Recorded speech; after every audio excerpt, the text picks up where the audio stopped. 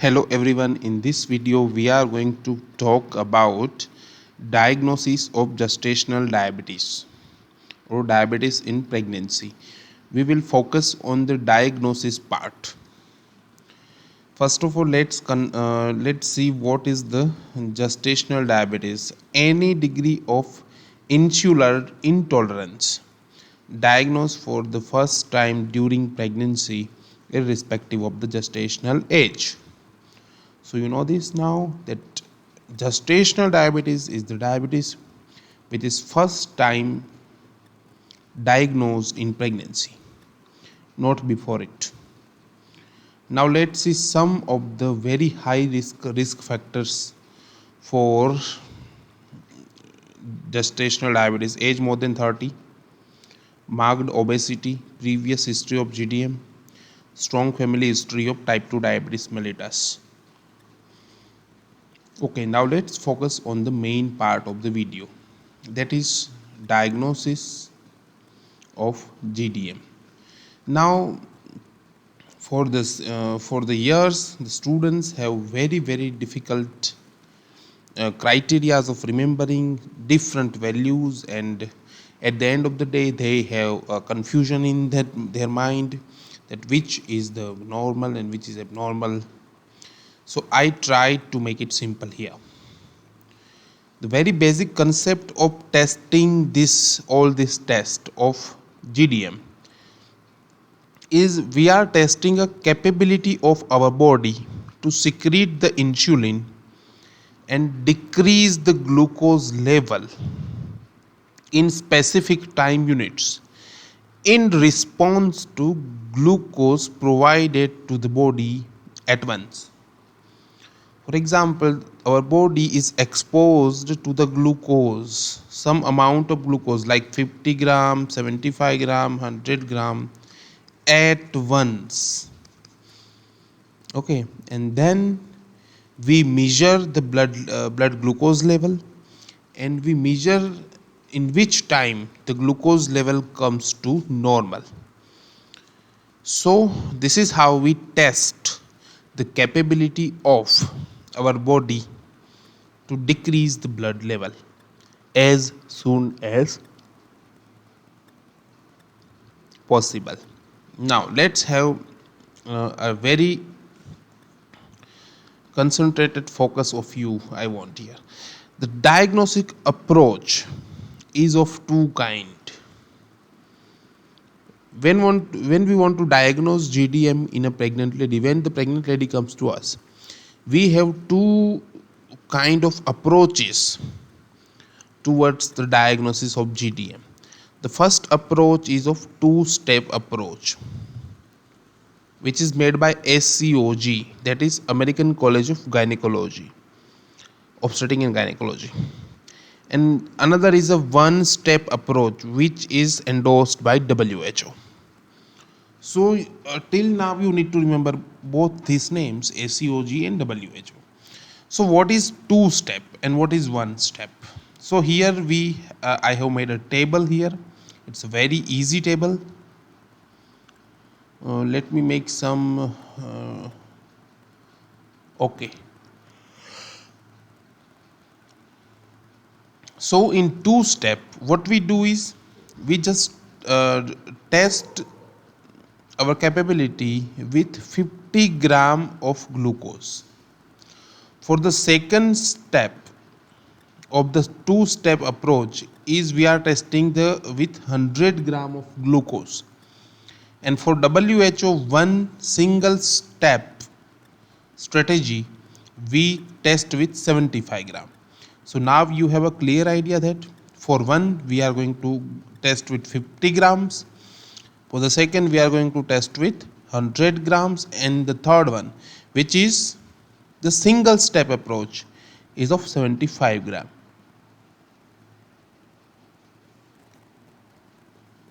Here you can see the F. F is for fasting, whether fasting is required for this test or not. This is going to be here. So whenever we are trying to go for two-step approach, we do a first test that is called glucose challenge test, that is done with 50 gram of glucose. We don't require fasting here. Whenever the patient come, we can do this test.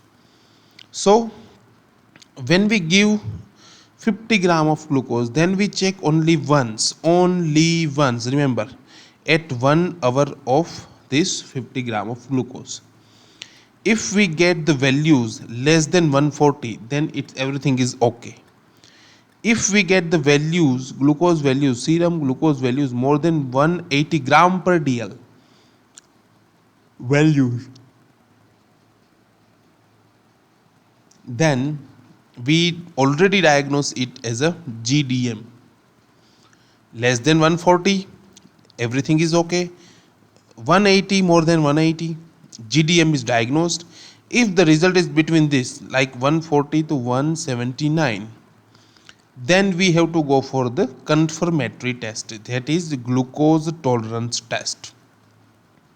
The glucose tolerance test is done by 100 gram of glucose, and in here we need a fasting. We need at least 8 to 12 hours of fasting. Then when the patient come to us with fasting, we do a first glucose test, which is a level which is called fasting level. Then we do testing every hour for 3 hours. So total 4 samples are taken, and we can see the cutoff levels are here: 95 for fasting, 1 hour for 180, 2 hour 155, 3 hour 140.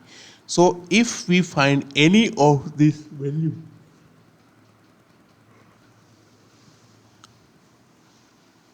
more than required, then we take it as a positive. So generally we take two values should be abnormal to confirm the diagnosis. From these 4 values, we need at least 2 values to be abnormal to confirm the diagnosis. So this was the 2-step approach. Now we have 1-step approach, that is learned by 75 gram of glucose. Fasting is required here of 8 hours to 12 hours fasting. We do a fasting test, then we do another test at 1 hour and at 2 hour. So the fasting cutoff is 92. The 1 hour cutoff is 180, same as 100 gram. The 2 hour cutoff is 153. While in 100 gram it was 155. So by comparing this thing, you can actually remember. You see the 1 hour, the almost values are 180, 180, 180 in all three the tests. In 2 hour test we have 155, 153, and in the third we have 140 here. So this was the very basic thing. So now the question arises, when should we do this testing? The very important timeline is 24 to 28 weeks, because at this time of this pregnancy the glucose tolerance is highest for low risk patient. If we find that some patient is high risk patient, then we can test this thing in first trimester even.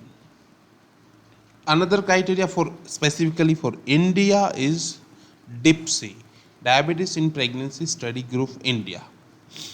In this test we don't need any fasting. We give direct 75 gram of glucose, and we do single testing of at 2 hours. Okay, so what we do here, we don't do even fasting, we don't do nothing. With the patient come no fasting, we just give them 75 gram of glucose, and we just measure at 2 hours. This is similar like glucose challenge test, when where also fasting was not required, and we were testing with 50 grams, but here we are testing with 75 grams, and we are testing it at 2 hours. So we have different cutoff values. If at 2 hours, if the value is less than 120, then the patient is normal. If the value is more than 200 or 200, we confirm this is a overt diabetes. If the value is more than 140 mg, we take it as a gestational diabetes. and if it is the value is 120 to 140, we take is the glucose intolerance.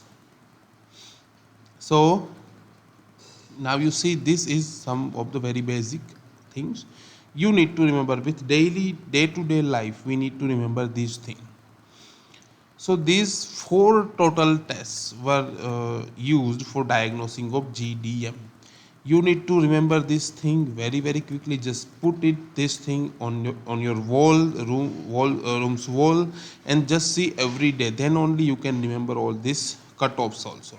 And these cutoffs are very important. They are regularly being asked in exams. Thank you, friends.